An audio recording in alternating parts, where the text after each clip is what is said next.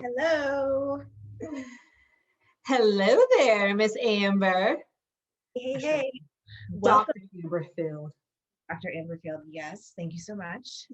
Welcome to In the Middle, where we are going to have a conversation about the lessons we are learning in the middle of what we are doing. So, the whole idea here is that we may not have yet reached the goal that we have set out for ourselves, but we do see success as learning the lessons along the way. And what we've found is that those lessons that we've learned are even sometimes even more important than the destination that we are headed to. So, welcome, Portia, who is my bestie, my sister in Christ. She calls me sister mom, I do. which is slightly weird. And my daughters absolutely love you. And I'm really glad that we get to have this conversation because I think it goes along with what we usually talk about every day anyway. Seriously. Okay, so that people can get to know you, Portia, what were you in the middle of right before we hopped on this call today? I was in the middle of getting my life together. So I was like eating like a little small lunch. I made me some afternoon tea and then like making a list of things I need to do because I've kind of fallen off the wagon. So I need to like compartmentalize things in my head. So I just made a list on a piece of paper, not my phone, Apple Notes, but on a paper so I can conquer some things over the next couple weeks. Did the list and writing it down make it real? No, this list will probably get lost in the sauce, but it's the effort that counts. I'll find it and then get back to it. That's good, Portia. Okay, so that is what you were in the middle of. Yes, you were taking care of yourself, so getting Mhm. organized. So we're going to talk about the what you are deeply in the middle of and the lessons you're learning. What are you? Tell us what you're in the middle of right now. Hmm. I would like to call it emotionally. I am just trying to figure out some things about like my emotions, honestly. And I'm doing that through like therapy. That's like the intentional therapy, using like inner child work and also ACEs. We talked about that before. Um, and then from there, also transitioning to like what are feelings and like thoughts and things that kind of hold me back from like being the person that I'm truly designed to be. And then from there, that's going to be lifelong work, but how that can look and show up now in my life, pursuing a career path that I've been wanting to pursue for many, many years. I talk about it all the time, all my friends know, and kind of believe in myself and taking that jump from like working in a nonprofit for like the past decade to now transitioning over to working in outdoors. So the work kind of all goes into each other because it's kind of like what holds me back and why am I holding myself back, and then like how can I then now for sure transition, which may be easy, may not be, but that's the journey I'm on right now. Thank you. Okay, so what I heard you say was that you were in the middle of doing some emotional work and just an emotional transition for yourself to sort of unpack who you are and where you've come from, and then how that impacts or how that impacts who you're growing yourself to be. Yes, Does that sound about right? that sounds correct. I love that you've been working on this career in the outdoors, and it is one of the many exciting things about you, and you really do shine. So I'm so glad to hear you say that you're really working to make being in the outdoors your life work. Yes, All right. yes. You said you were in therapy. Yay for therapy. Tell us what are you enjoying about being in the middle of this incredible transition? I think it's allowed me to like learn about myself, also like to face myself head on. I think pre-pandemic was always like worrying about other people. I love to cultivate community and like have people around a ton. I'm like a social butterfly. And I think I have, clearly have been affected by the fact that I'm not able to see people physically, but I've also just come to terms with this year of solitude, year of being by myself mainly. And in this year, been working on myself. So I think the biggest thing is kind of like learning like what were some things I was kind of hiding behind. And if when we do go back outside, like, what that would then look like. So it's just a season of, who is Portia, and kind of learning from there. Yeah. What have you, who is Portia? Who is Portia? She's scared, she's anxious, and she is showing up as confident, but she's also curious and literally the coolest person that Amber knows.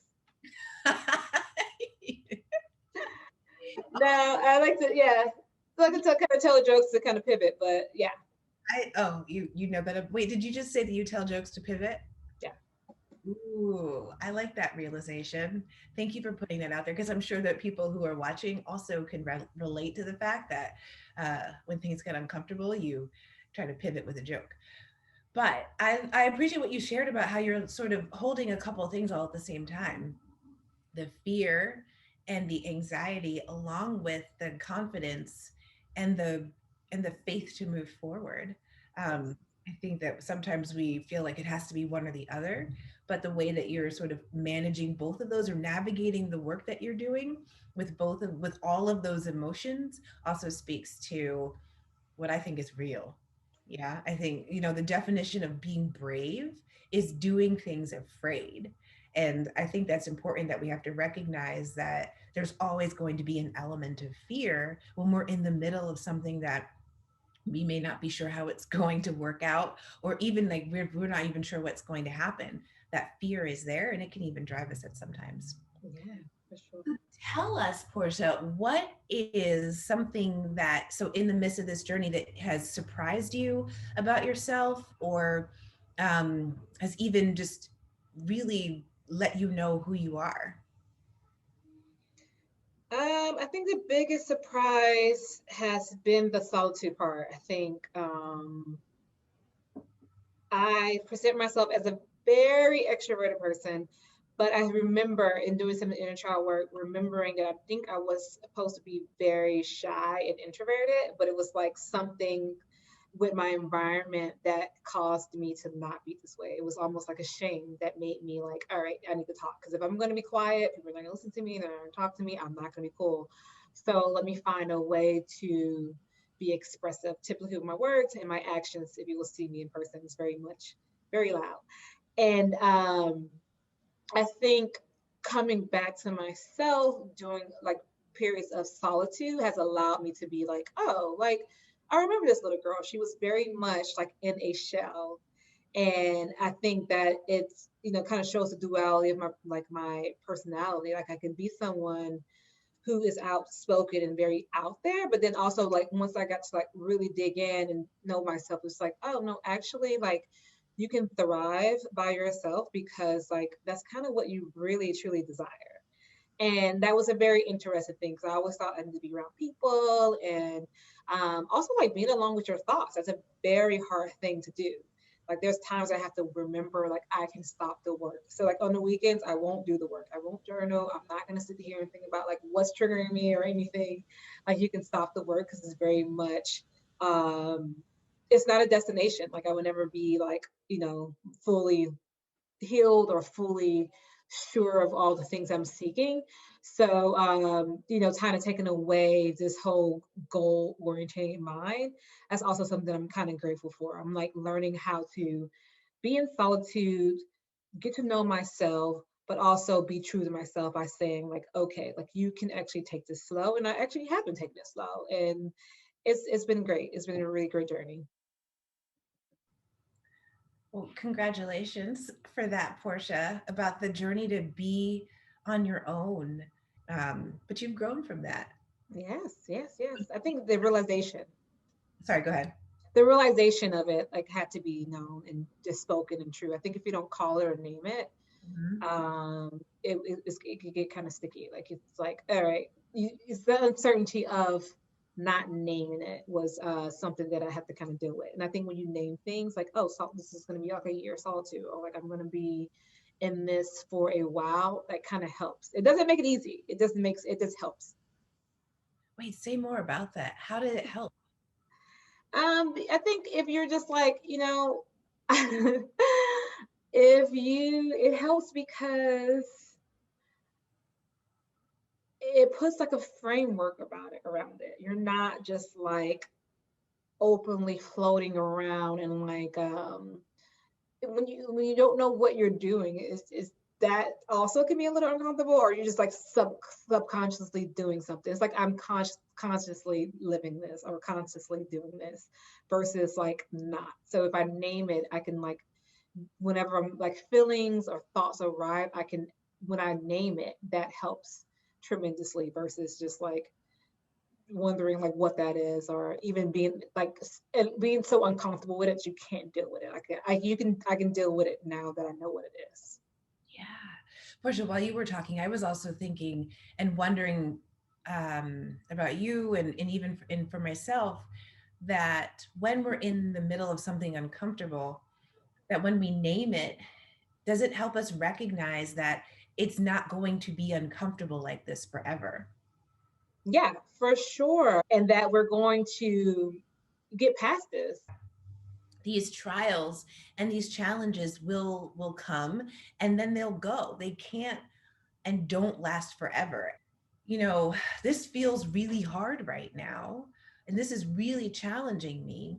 I'm not going to be in this same place though this time next year.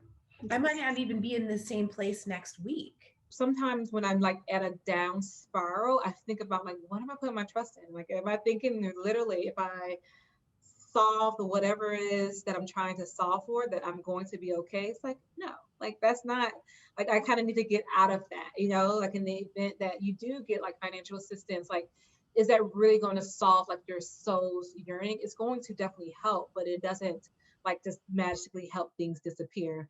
And that is something also when I'm like in the work that I'm doing in the transition is also like just not putting all of my trust on myself. I'm like, you know, just definitely like trying to depend on the Lord as much as possible because when I don't, it's like, okay, well, once I get this, I'm gonna be okay. And once I get that, I'm gonna be okay. And like, you know, sometimes I'm like in a space, in a place for something I pray for, and I'm still like spiraling down. It's just like, no, like take advantage of the fact that your needs are being met right now.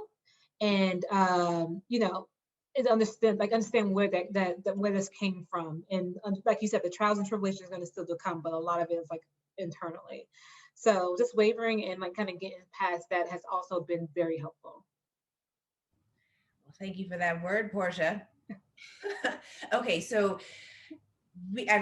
gosh, you've learned so many lessons and so many powerful lessons that it sounds like you need to draw on every single day to remind yourself. So thank you for sharing those. So now I want to ask you about what's challenging. And everything you shared up until now could also be challenging, but what is most challenging for you right now? Most challenging, I think, is like imposter syndrome, which is so interesting because everyone who will probably watch this, who we have in the same community, knows that I am an outdoor person. But I've never like fully worked in outdoors, even though I like started my own company at some capacity and took people hiking for years and years before I even became a hike guide for the state. Um, so I think talking myself, that's like the biggest thing. Like I'm showing up at like webinars and trainings and things for individuals like in the outdoor space. And like, I don't know, it's like uncomfortable. It's like, can I really do this? So that's the most challenging thing, like getting past this doubt that I have in my mind. And I think the doubt comes from like not the ability that I can do it because I have, but just the fact that I didn't really document it. I'm like, oh, if I started like a blog or a website in 2015, I probably would have been like an influencer for Nike or something, but I didn't. So I think that's kind of the hard part because people are just like, oh, what do you do? How do you do it? I'm just like, I do all these great things. And like, I can just tell you this, but I don't really have all the proof that I could. So it's kind of interesting. So I think that's a challenging part. Like, how can I put like my skills um, to great use in a tangible way that will help me probably immensely get past the fact that I am equipped and ready for this. Gosh, you said so many things there. One of the things that you said was, so you talked about the imposter syndrome and being in spaces with people who are doing the very work that you want to be doing.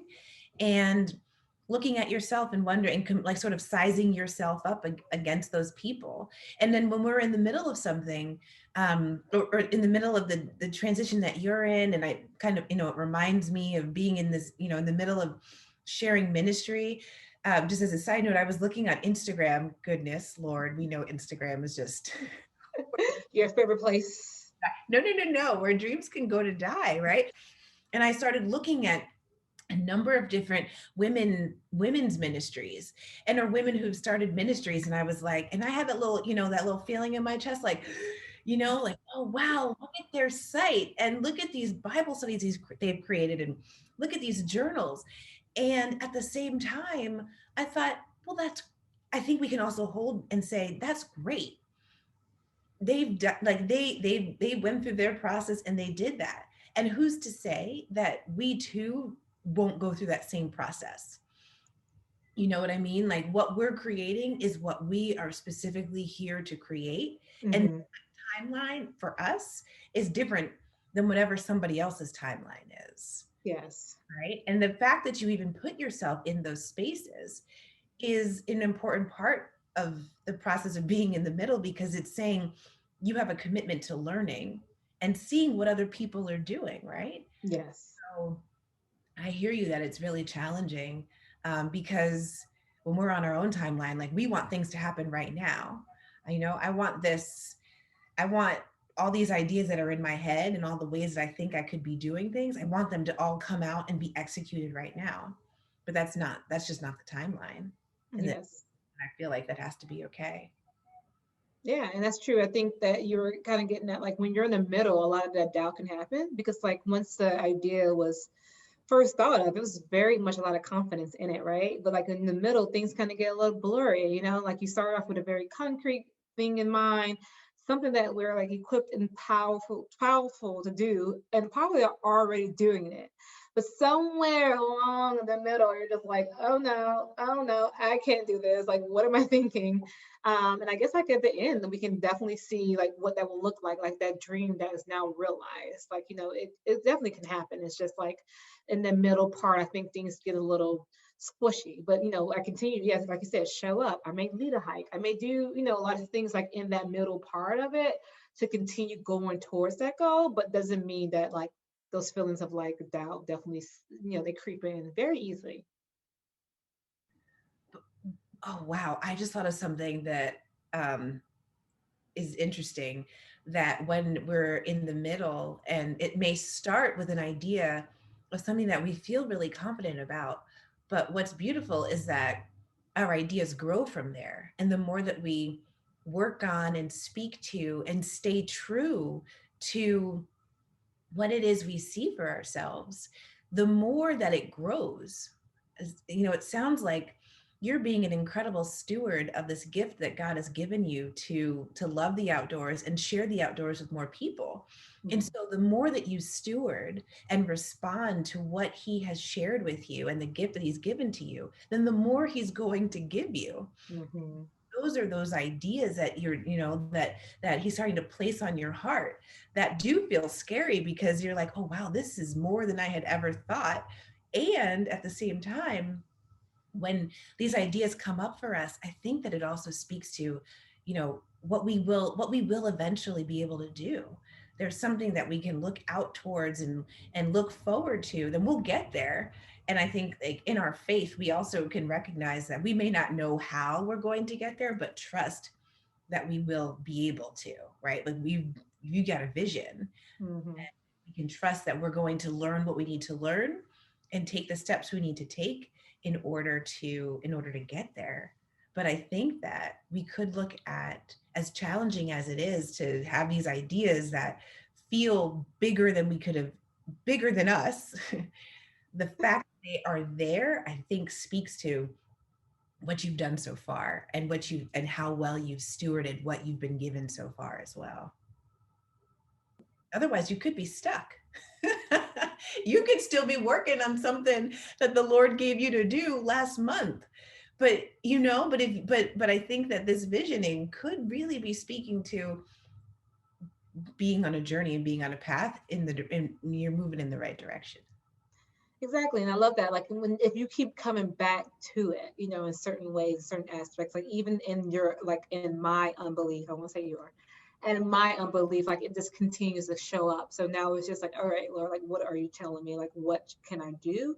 Or what should I be doing? I think that's a good thing for people who are out there. You're dreaming, you have an idea. You might let it go for a couple of years. I didn't hike, and well, I did hike in 2020, but I didn't lead a hike in 2020.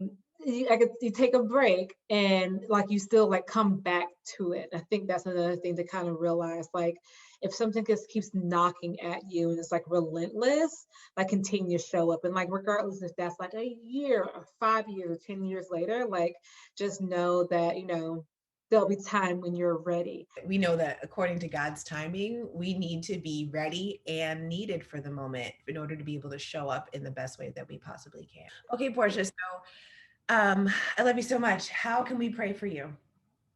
How can you pray for me?